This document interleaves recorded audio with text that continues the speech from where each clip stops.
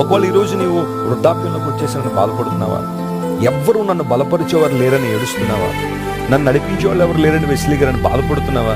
దేవుడు మాట్లాడుతున్నాడు, ఆయన నిన్ను ఎత్తుకుని నడిపించే దేవుడు. ఆయన ఇశ్రాయేలు ప్రజల్ని దేవుడు అట్టి విధానంలో నడిపించకపోయిండుంటే వారిలో ఏ ఒక్కరు కనాన్ దేశానికి వచ్చి ఉండేవారు కాదు. ఏనాడో గతించిపోవాల్సిన వారు.